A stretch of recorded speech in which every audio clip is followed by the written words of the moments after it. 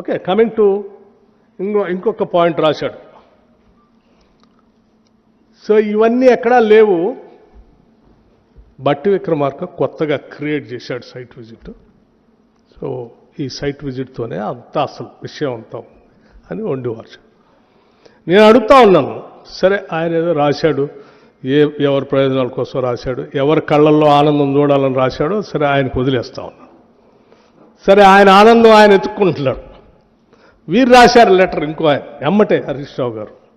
అసలు ఇదేంది, అసలు ఇంతవరకు వారి లెటర్ చూస్తే ఇంకా ఆశ్చర్యం అనిపించింది. వారే రాశారు,